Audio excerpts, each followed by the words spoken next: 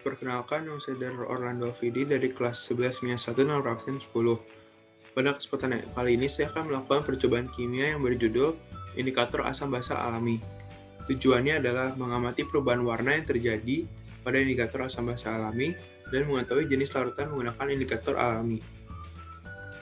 Landasan teori dari percobaan ini adalah, menurut Arrhenius, asam adalah senyawa yang jika dilarutkan ke dalam air menghasilkan ion H+, dan basa adalah senyawa yang jika dilarutkan ke dalam air menghasilkan ion OH-.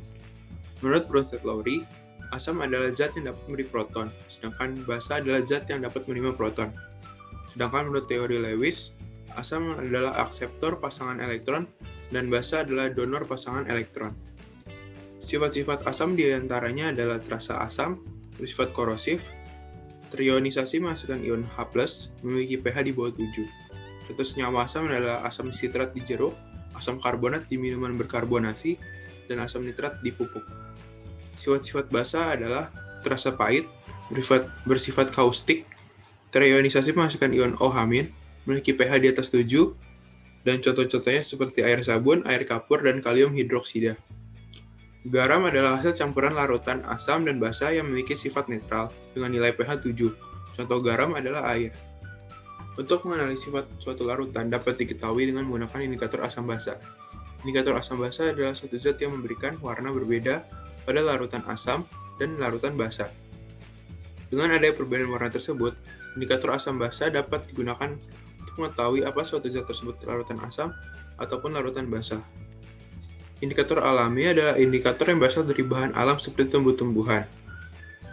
Indikator ini dapat didapat dengan membuat ekstrak dari bumbu dapur, bunga atau buah-buahan, kemudian diteteskan pada larutan asam atau basa. Perubahan warna yang terjadi pada setiap indikator tidaklah sama. Berikut alat dan bahan dan cara percobaannya. Yang pertama bahannya adalah bunga sepatu, lalu ada bunga telang, pandan, yang terakhir adalah wortel.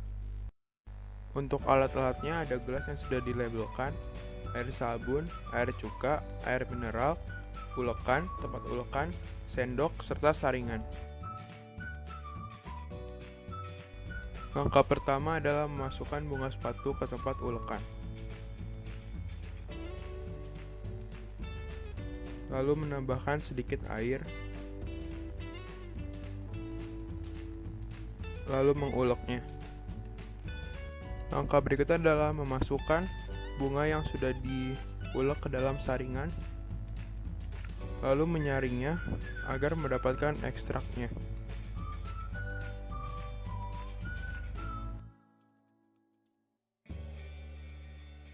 Langkah selanjutnya adalah memasukkan ekstrak bunga sepatu tersebut ke dalam larutan asam, netral, dan juga basa.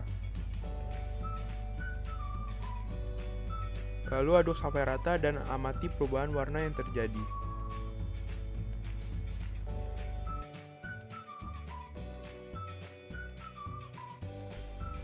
Perubahan warna yang terjadi adalah setelah dimasukkan ke dalam larutan asam, maka warnanya belum menjadi merah, di larutan netral menjadi warna pink, dan di larutan basa menjadi warna ungu muda.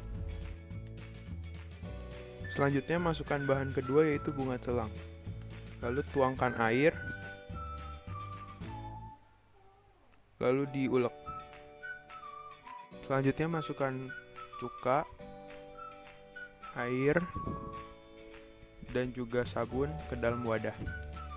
Masukkan ekstrak bunga telang ke tiap wadah dengan jumlah yang sama.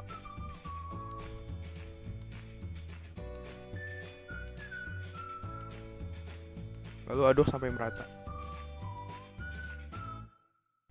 Perubahan warna yang terjadi adalah di larutan asam menjadi warna ungu tua, di larutan netral menjadi warna biru, dan di larutan basa menjadi warna biru tua. Bahan ketiga adalah wortel. Pertama, marut wortel sampai halus.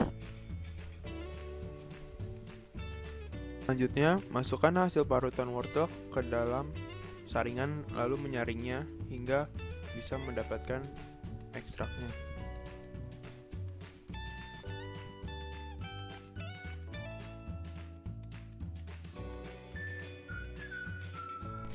Selanjutnya masukkan cuka ke dalam wadah, air ke dalam wadah, dan juga sabun ke dalam wadah.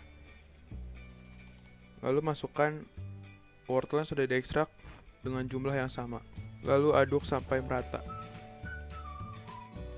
Hasil campuran warna yang didapat adalah di larutan asam menjadi warna orange muda, di warna netral menjadi orange, dan di warna basah menjadi orange tua.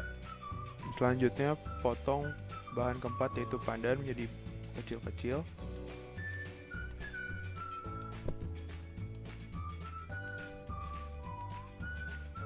Tambahkan sedikit air,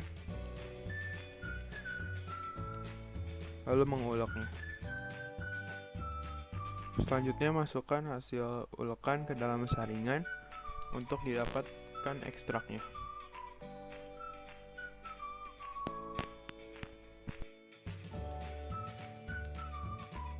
Lalu masukkan cuka, sabun, dan juga air ke dalam wadah. Masukkan ekstrak pandan ke tiap wadah dengan jumlah yang sama. Lalu aduk rata. Hasilnya adalah di larutan asam menjadi hijau pucat, di larutan netral menjadi hijau muda, dan di larutan basah menjadi coklat muda. Percobaan terakhir adalah memilih salah satu jenis larutan dan memprediksi sifat asam basahnya menggunakan indikator alami yang dari tadi digunakan.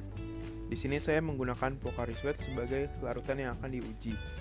Langkah selanjutnya adalah masukkan Pocari Sweat ke dalam wadah. Lalu di sini saya menggunakan ekstrak bunga sepatu sebagai indikator alaminya. Lalu diaduk dengan rata untuk mendapatkan hasil warnanya. Setelah itu didapatkan warna Pocari menjadi merah muda.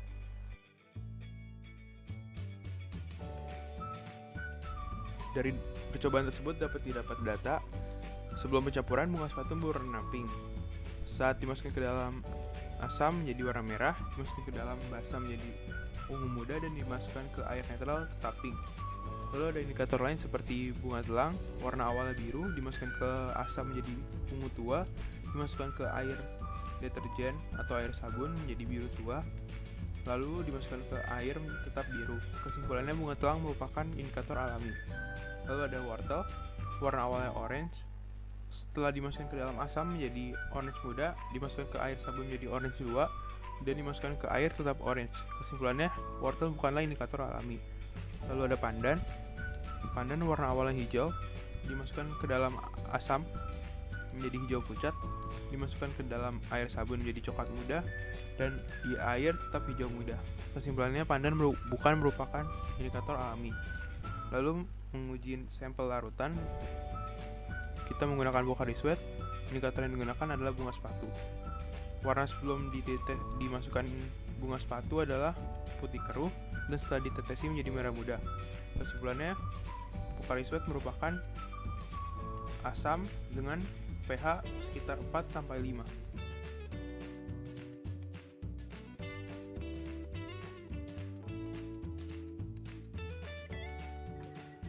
Kesimpulan yang saya dapat dari percobaan ini adalah bunga sepatu dan bunga telang adalah indikator alami karena merubah warna larutan dengan jelas, tidak seperti wortel dan pandan yang hanya merubah warna secara tidak signifikan.